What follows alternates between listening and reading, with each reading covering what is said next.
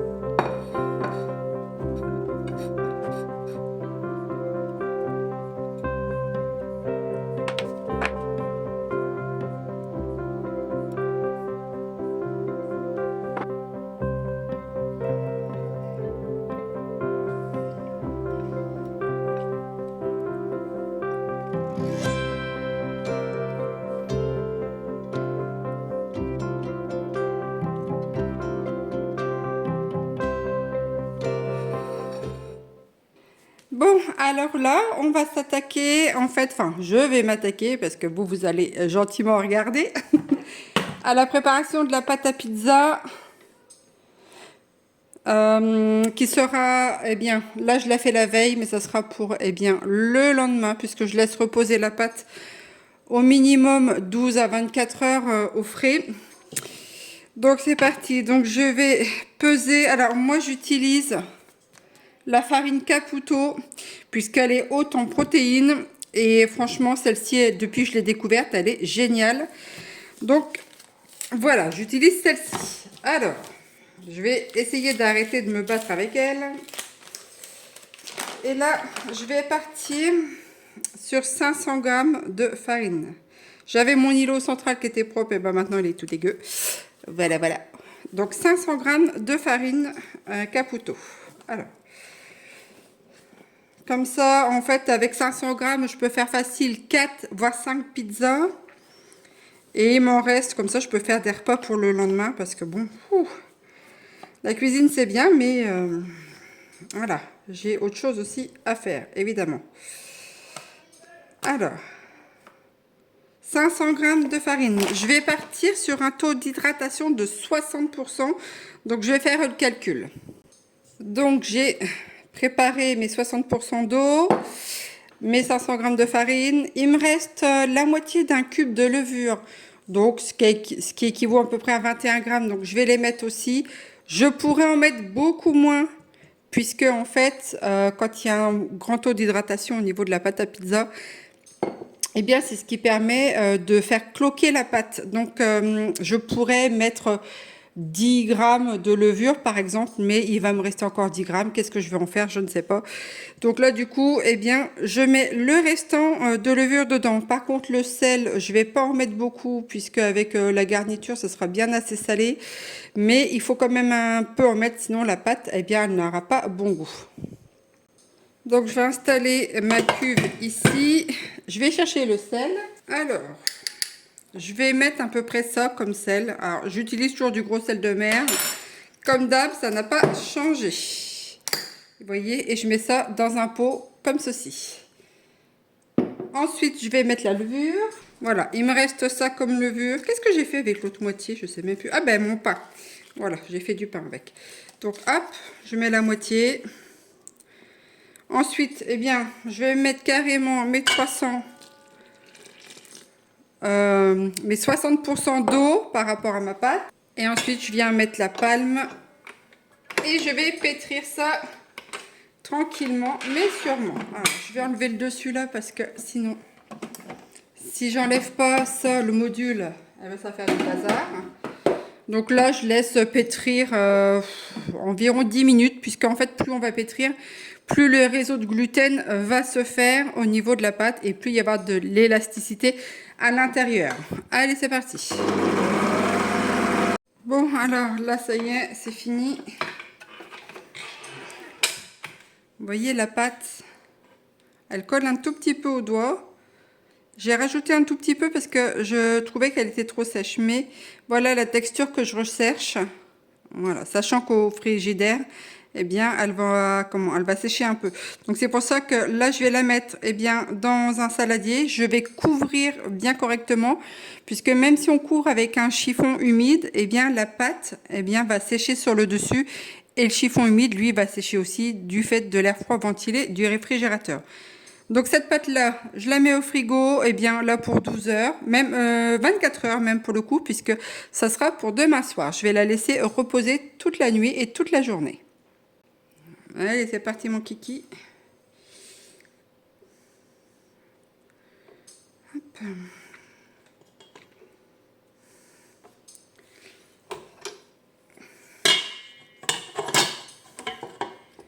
Alors encore que j'ai le robot parce que à la main, j'aurais mis beaucoup plus de temps, voyez-vous. Et puis la texture, j'aime pas forcément la texture de la pâte à tripoter comme ça. Ah, ça dépend, c'est propre à chacun. Il y a des textures comme ça qui me dérangent. Bon, ben voilà. Hop. Je racle tout parce qu'au prix où est la farine, voyez-vous, eh bien, On va pas trop en oublier. Non mais... Hop.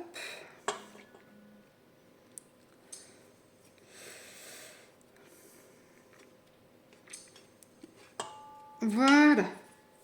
Et je vais transvider ça dans mon saladier. Enfin, du moins, je vais essayer. Allez. Je vais peut-être fariner dedans.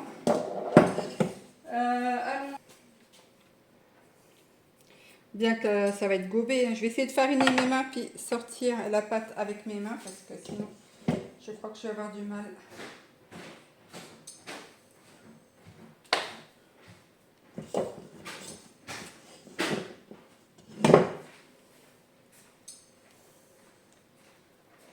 Demain soir, c'est pizza. T'es heureux, j'espère. Hein. Bah oui. Ah, faut pas grand-chose pour être heureux, ça va?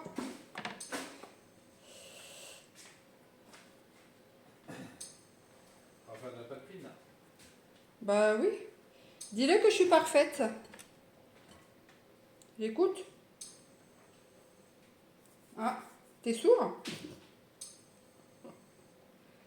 Y'a plus personne. Disparu.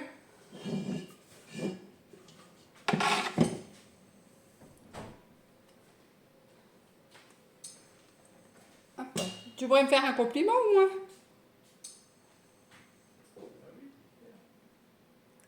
Hein? Bah oui, c'est bien. Tu peux le faire? On est pas au four pizza ou... Bah au four à pizza, voyons. Je peux avoir un petit compliment? Je te remercie. Tu parles d'un compliment, toi? C'est tout. Je vais m'auto-complimenter toute seule. Et à 21h, tu descendras à 23. Oh bah super. Après, ça descendra à 22h, à 23h, à 21h. À minuit, il fera 20. Et là, on a la chance quand même qu'on va descendre à 17. Ah, magnifique. Allez,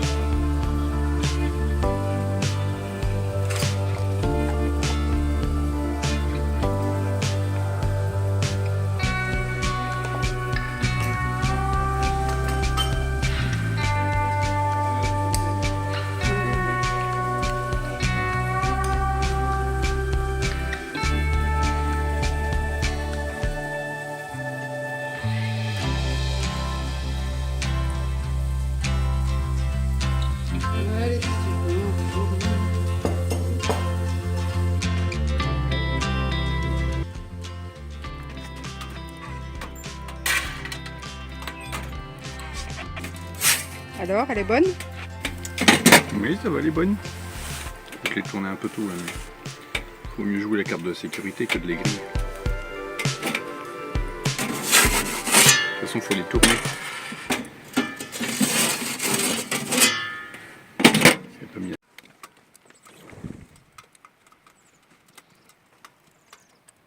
Alors, le lapin, elle est bonne cette pizza? Oui. Oui, elle est bonne. Eh, c'est quoi? C'est la deuxième fois que tu arrives à manger de la pizza?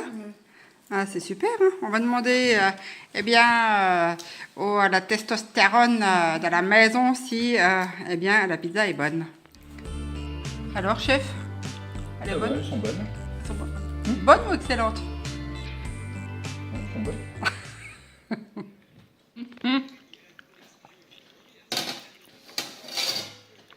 Une grosse faim?